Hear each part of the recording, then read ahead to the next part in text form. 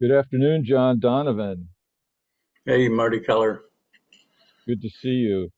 Good to see you too. I'd like to welcome everybody to this latest version of the Intentional Living podcast. Myself, Marty Keller, here in Sacramento, California, Donovan, and beautiful Oceanside, California.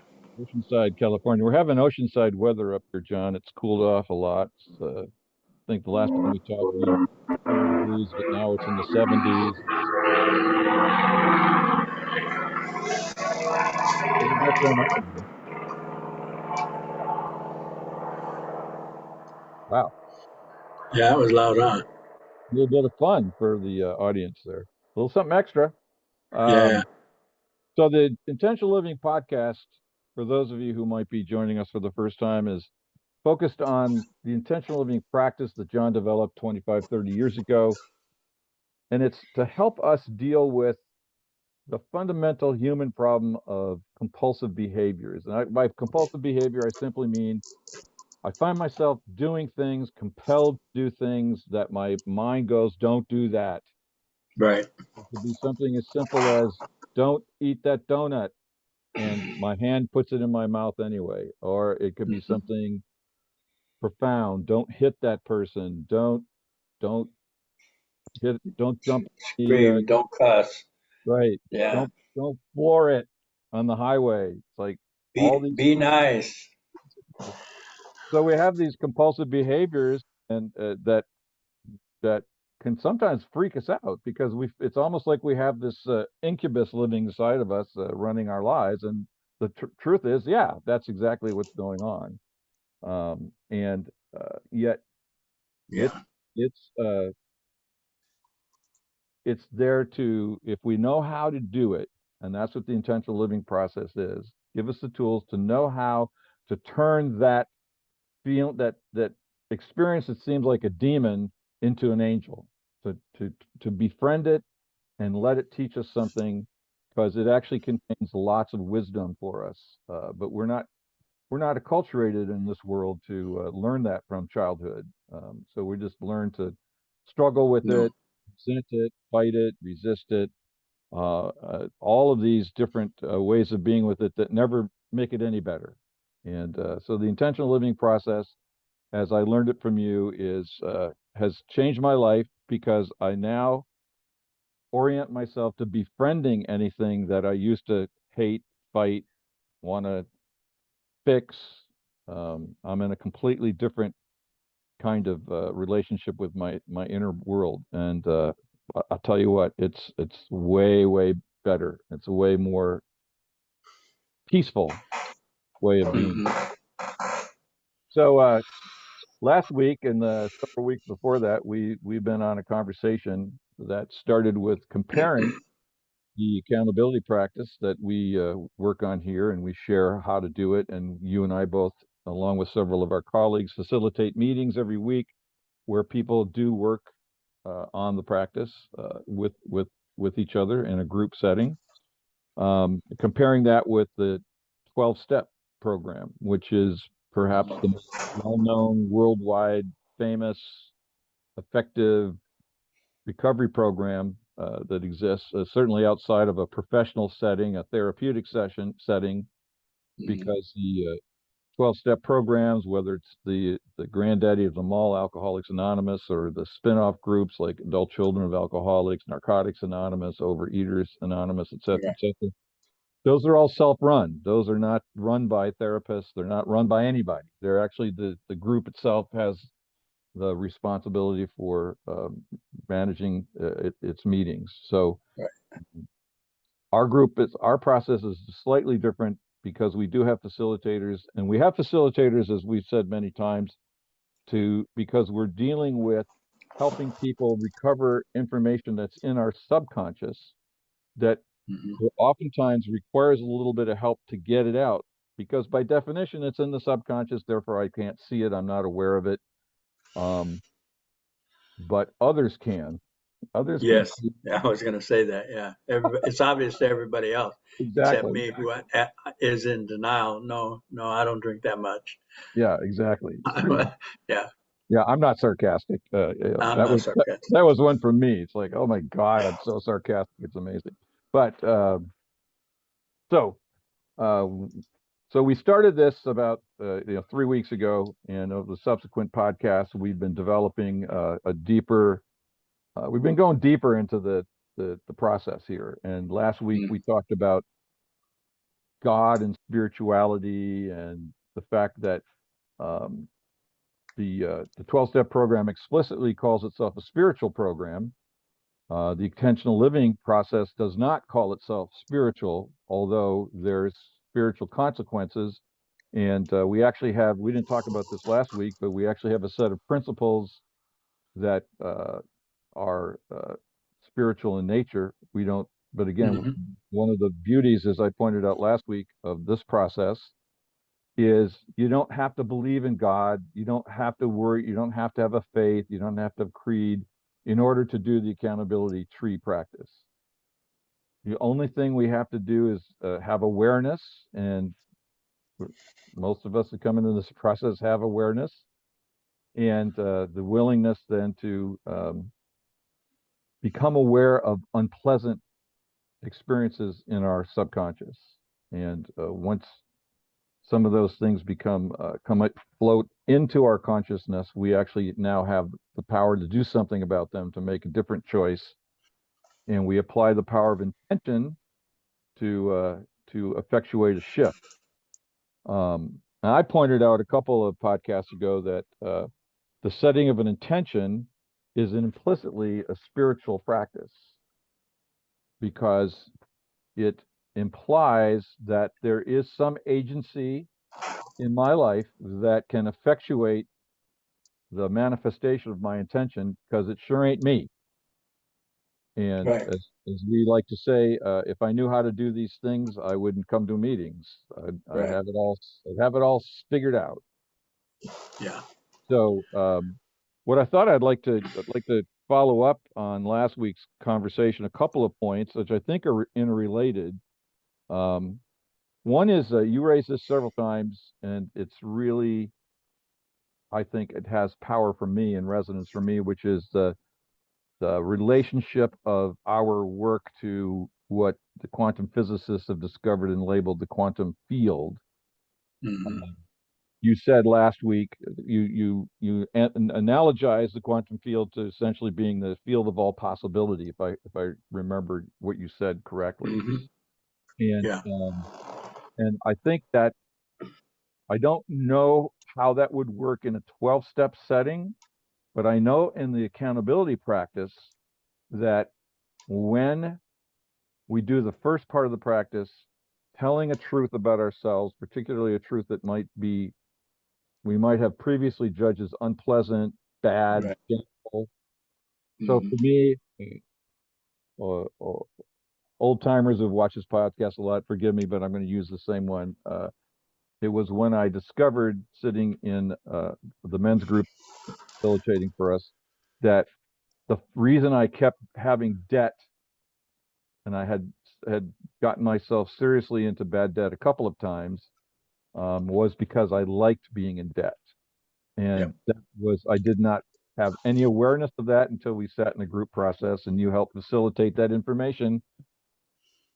And the minute I said I liked being in debt, I felt a sense of relief. My body relaxed. I started crying. Um, Hmm. so there was a shift in the reality. We could say that's a shift in the quantum field, but that was the quantum field showing up specifically in my body and my awareness. Hmm. Out of that awareness, I then got invited to say, okay, so with this feeling, what do you want? What do you want to feel? What do you want to have? And I said, I want to be free of debt. So I set the intention. I intend to be debt free. Yeah. Now, subsequent to that experience, John, as you've heard me say, I not only paid off all my debts, but I now have money in the bank. I'm retired, but I still have income, and I can explain exactly how that happened in a Right. way that could be proven in the laboratory. Hmm. So this is why, even though we don't say this explicitly in the accountability practice, there is a spiritual dimension because and you talked about this in the last podcast with respect to the subconscious and all of the activity going on, not only in our quote individual subconscious, but also in the collective subconscious of all 8 billion of us. Mm-hmm. So I thought maybe we could start today by, if you want to, if you're willing to, is to explore a little bit more about your thinking about the the resonance of this quantum reality on that transformational process that can occur in both practices. You can have the transformation, and many people do in 12 steps, Mm-hmm. and you can have it in the intentional living, or both. Mm-hmm. Yeah. The subconscious, when I first bring up the subconscious, I talk about that's where we store our entire memory, our entire experience in the form of memory on a frequency, feeling, tone level. Some of it, most of it does not have words. It's like I was traumatized or experienced trauma as an infant, which was pre-verbal. In other words, I still have the feeling in me of fear or discomfort. That's when it wasn't nurtured or I wasn't noticed by a loving guardian, like I'm hungry, I'm crying, instead of just them yelling at me, stop crying, be better, they would have, known that there was something wrong and addressed it, which would have eased that trauma and assuaged, I don't know if assuaged is the right word, but let it move through me. And crying is just one. It could be being dismissed, told children are to be seen, not heard. You're a burden, whether it was verbally, you're a burden, um, or the action of disgust at me, or however I picked up the energy. It could And even be, it could even, I'm sorry, it could even be passive and just being ignored. ignored, exactly. Um, so I developed a, a, a survival technique in this stuff the feelings. Don't acknowledge that I have wants and needs.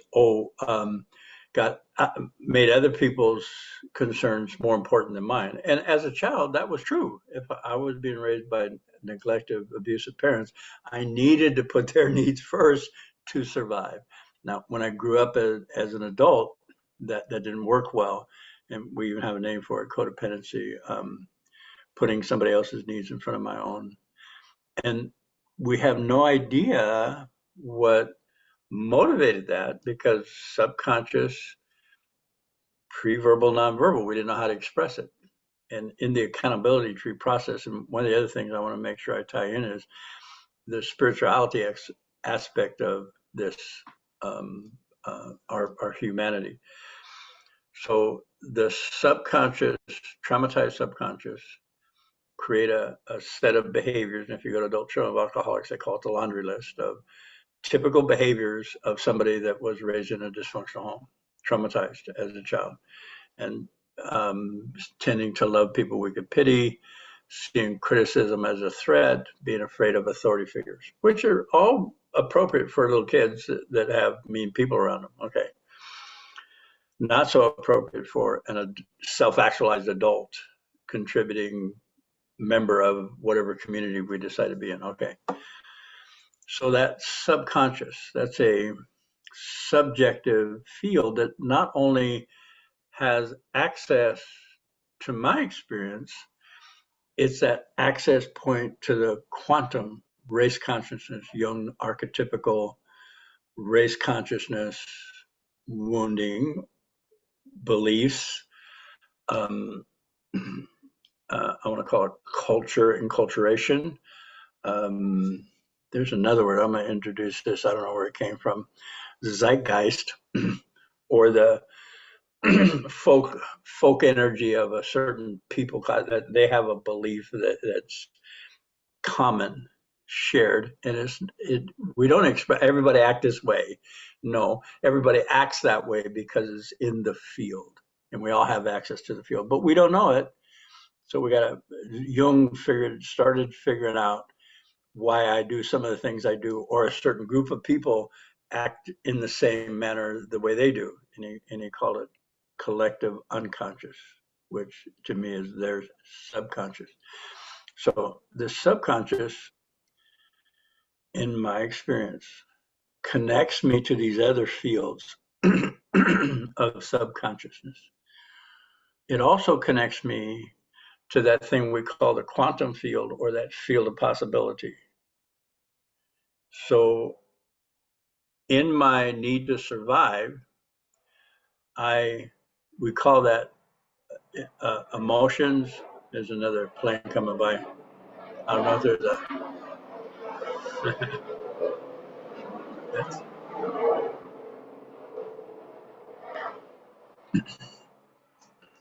So it connects us to this quantum field.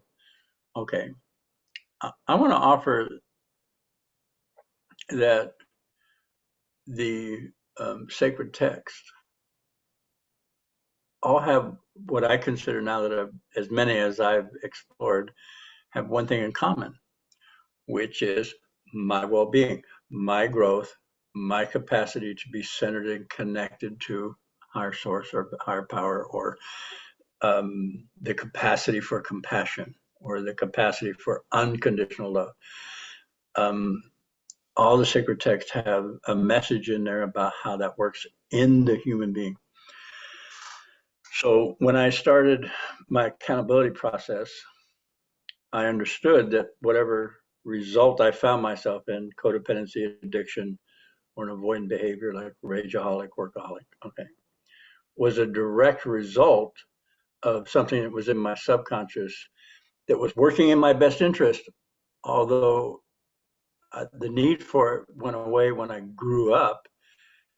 The subconscious is a timeless place. It doesn't tell time.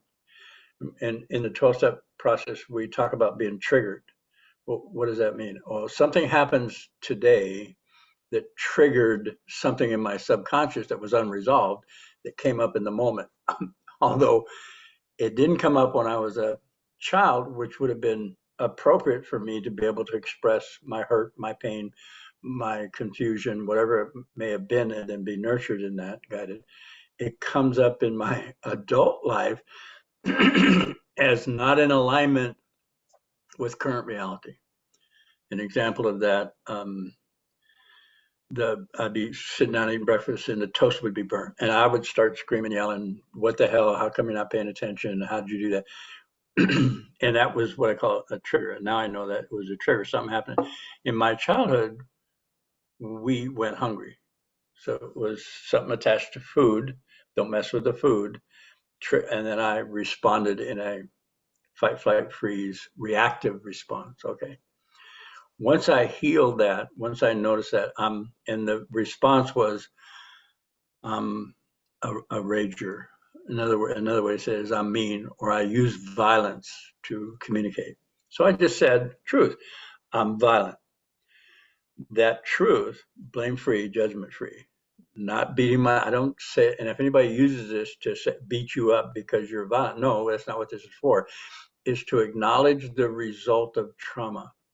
Okay, so I'm violent. In that statement, blame free, judgment free, I felt something. You call it relief when you discover, oh my God, I want debt. It doesn't even make sense, but your body responds in a way that sloughing something. So I changed that subconscious information. I reframe it. Instead of holding on to the trauma, it's like I'm seen and heard, and I can let it go, which clears me up now for what I'm calling the spiritual aspect of the subconscious, which is my connection to the field, my connection to higher source, my connection to what I would refer to as angelic realm or God.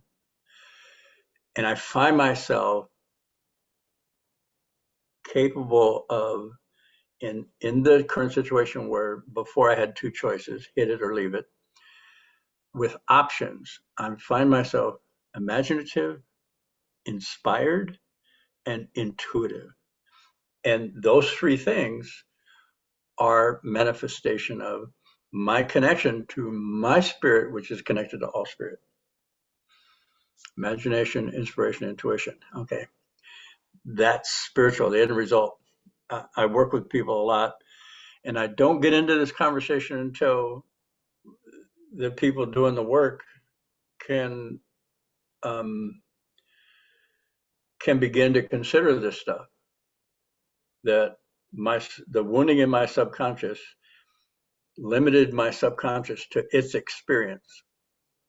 My subconscious is my channel. I'm going to say this: intuitive, imaginal, inspirational, and intuitional stuff come through me, and that's spiritual. That's me connected to what I might call now my higher self. Some people believe that higher self and God are the same spark, same source, spirit. Um, so um, I'm stuck right now. I just lost my train of thought. So, any question, thought, comment? Well, yeah, and it's sort of an observation. The implication of what you just said is something that, as you know, I've been working on. I've written a book about it, which is that if I'm connected to the collective subconscious, then does that not mean that the collective subconscious can have collective trauma that's not personal to me but still impacts me? Yes. So the classic example that's often used is psychodynamics like racism. So Yeah. there's a consciousness about race, and you implied this earlier on in the conversation, that we all participate in, that comes out of a collective trauma of our past that has not been healed, Mm-hmm. and so still finds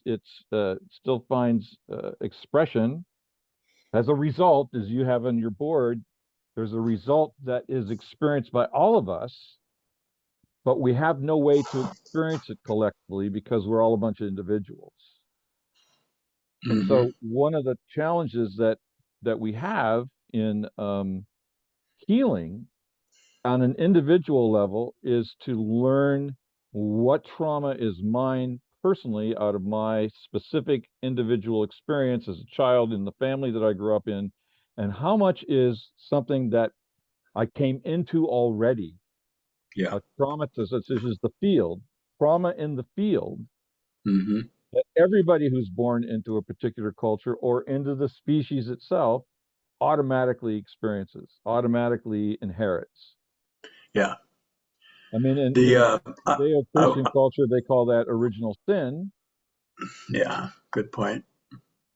But from our perspective, the reason why I raise it is because oftentimes the trauma that I'm experiencing is not mine personally. Correct. I was at a KDAC counseling conference and had a woman who was a PhD talked about societal trauma, like a war, Second World War. Yep. The trauma experienced by our fathers and mothers during that war, she said, get passed down 4 generations before that can be resolved. That was her study, and when I heard that, being a Catholic and having examined a lot of spiritual texts, the phrase "the sins of the father" will be visited under the fourth generation. See, that was in alignment with that spiritual sacred text statement. And when I heard that statement before, is what I heard before was I have to pay for my dad's sin. and I would get butthurt and go, no, I'm not doing that. This is bullshit. Okay. Now what I understand, based on my experience and my looking into my own trauma, that what happened to my parents in the Second World War got passed down to their children energetically. They didn't say the details about the war, but they held the energy of this complex post-traumatic stress, which was transferred down to me. And then if we go, how far back can we go? Uh, let's look at, and this is my opinion now, and I want to make that clear, that the conflict in Israel and Palestine, Gaza, started, I want to say 6,000 years ago, when Abraham gave his blessing to one of two brothers. So this entire Arab, Jewish, Hebrew conflict started with daddy likes you best. And it's been going on and getting worse for 6,000 years. Family of origin, dysfunction, childhood trauma. Unresolved gets passed down generation after generation after generation after generation. And another cool thing about this, sins of the father would be visited under the fourth generation.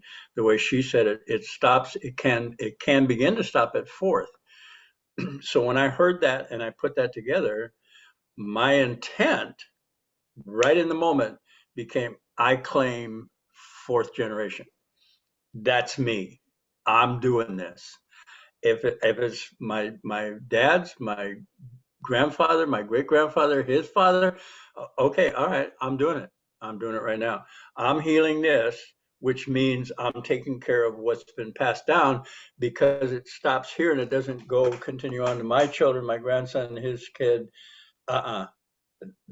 That's meaningful to me to do this work in earnest, knowing that I'm stopping the intergener. What I'm capable of, I'm stopping it. I'm not capable of doing it all. I'm only capable of doing my part. I'm going to do my part, so that what I don't know. What are we? If we talk about what the hell are we doing here on the planet? Some people assert that we're in the process of evolution. Some people say it this way: we're in the process of ascension, of ascending back to or going back to the one. Okay, I want to be part of that. Whatever's truth is in that, whatever I can understand about that, which is I want to offer limited.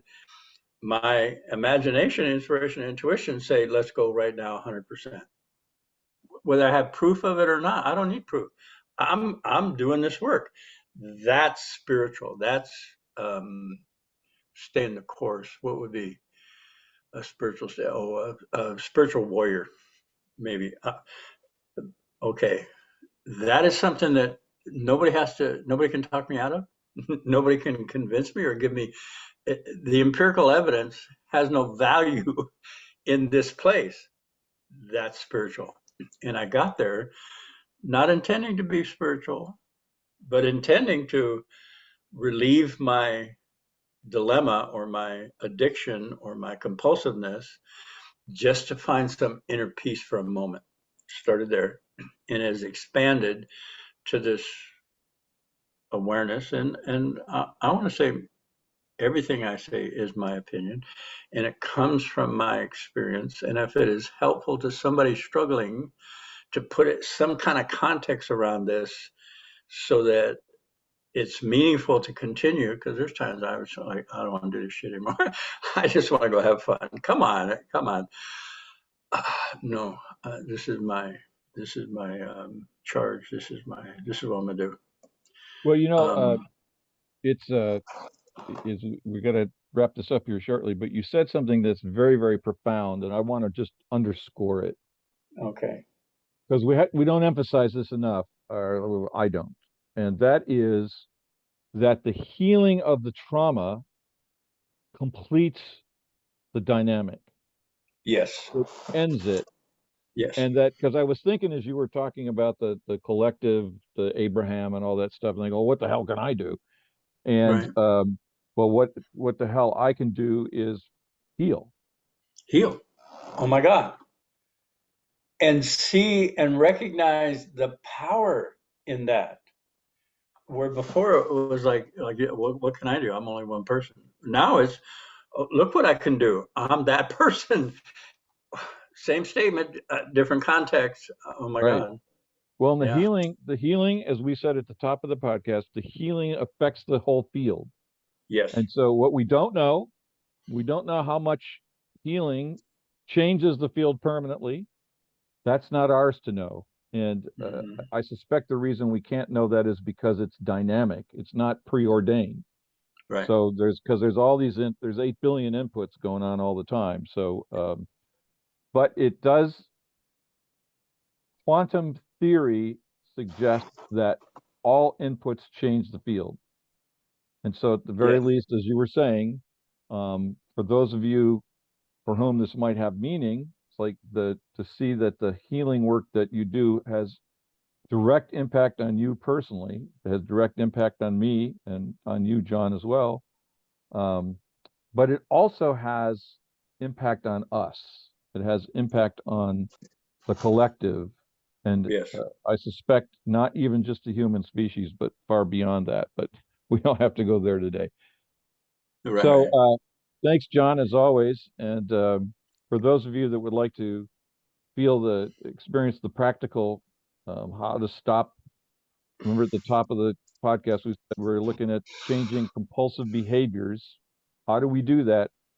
We have 4 group meetings a week that actually do the nuts and bolts practical work, applying the way that John structured this accountability, what he calls and we call the accountability to reprocess, in a meeting, in a group process, group setting. You're invited to join us. Information on when and where will be at the end of the podcast. So please feel free to um, drop by and kick the tires of this and see if there's something in it that you might find valuable for yourself. So, John, thank you very much. And we will pick this up in our next podcast next week. You got it. Thank you, Marty. Take care. Okay.